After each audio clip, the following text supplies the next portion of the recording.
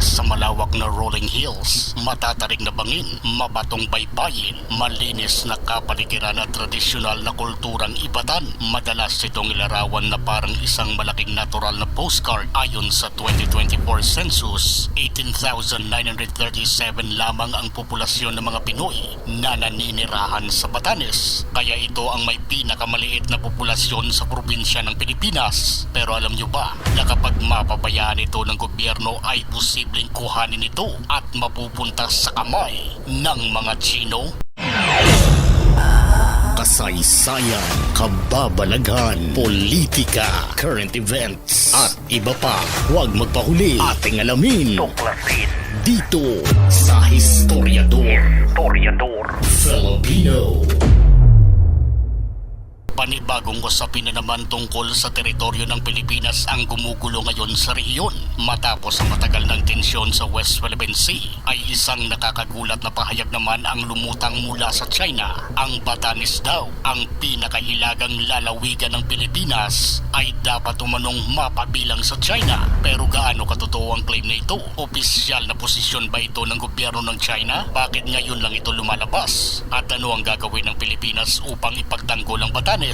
Noong June 30, 2026, nagsagawa ng isang academic symposium sa China kung saan ilang Chinese scholars ang naglahad ng argumento tungkol sa Batanes. Ayon sa mga ulat, sinabi ng mga scholar na ang Batanes ay isang natural geographical extension ng Taiwan at dahil inaangkin ng Beijing ang Taiwan bilang bahagi ng mainland China, kung kaya't lumalabas sa kanilang argumento na dapat ding mapasa ilalim sa China ang probinsya ng Batanes. Iginit din umano nila na may historical connections ang Batanes sa Taiwan noong panahon ng Ming at Qing dynasties at kwestiyon nila ang legal at historical basis ng pamamahala ng Pilipinas sa Batanes. Pero narito ang napakahalagang paglilinaw, hindi pa ito opisyal na territorial claim ng gobyerno ng China. Sa ngayon, ang claim ay nagmula sa mga Chinese academics at scholars. Wala pang formal na deklarasyon ng Beijing na inaangkin ito ang Batanes. Pero para sa mga opisyal ng Pilipinas, hindi ibig sabihin ito na dapat baliwalain ang nangyayari. Agad na tinanggihan ni Defense Secretary Gilberto Teodoro Jr. ang nasabing claim at tinawag itong walang basihan.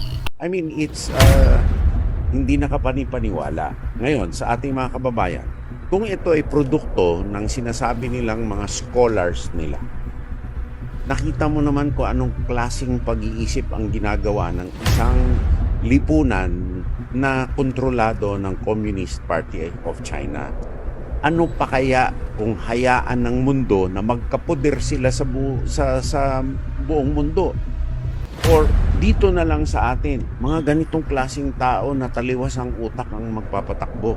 So, I view this as once more, probably it's a signaling of a preconceived intention already. Hindi rin malayo na nasa plano nila yan. And it also validates yung sinasabi natin na they have the plan to control the whole Pacific Ocean. What is this for? Right? And we know, walang basihan ito, kalokohan ito. And it's ludicrous.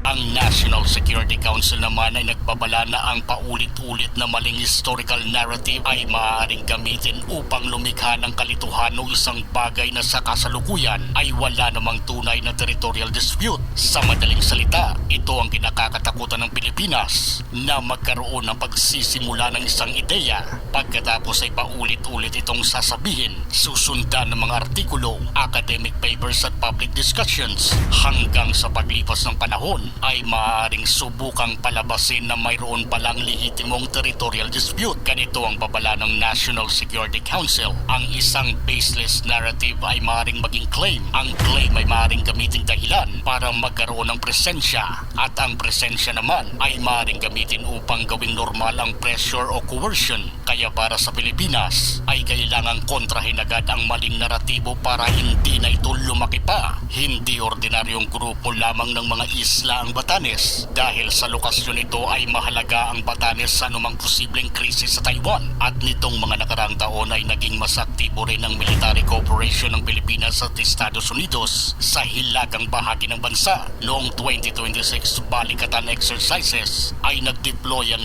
US at Philippine forces ng anti-ship missile system sa Batanes para sa kanilang military exercises. Ang strategic importance ng Batanes ay posibleng dahilan kung bakit sensitibo ang issue, pero hindi pa napapatunayang opisyal na ito mismo ang motibo ng gobyerno ng China sa likod ng pahayag ng kanilang mga scholars. Malinaw ang sagot ng Department of Foreign Affairs. Ang soberenya ng Pilipinas sa Batanes ay settled na at hindi dapat pagdidebatihan. Sa ngayon ay walang opisyal na deklarasyon ang Beijing na inaangkin ito ang Batanes. Ngunit dahil sa karanasan ng Pilipinas sa West Philippine Sea ay ayaw ng mga opisyal na hayaang lumaki ang isang naratibo na maaaring magamit sa hinaharap bilang dahilang kwestiyonin ang ating soberenya. Sa panahon ngayon, ang labanan ng mga bansa ay hindi lamang nangyayari sa dagat, sa himpapawid o sa pamamagitan ng mga barkong pandigma. Mayroon ding labanan sa impormasyon, kasaysayan at legal narratives. At kung ang isang maling kwento ay paulit-ulit na sasabihin at hindi kukontrahin, ay maaari itong gamitin upang subukang lumikha ng isang problemang dati namang hindi umiiral.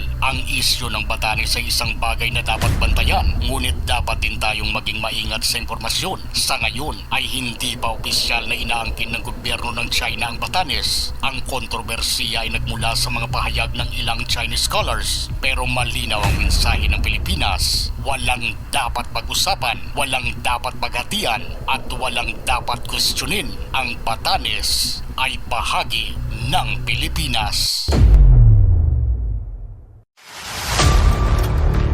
Kung gusto nyo ng mga ganitong klaseng videos, panoorin, pindutin ang notification bell, mag-subscribe at i-share sa mga kaibigan. Maraming salamat po. Hanggang sa susunod dito sa Historiador Filipino.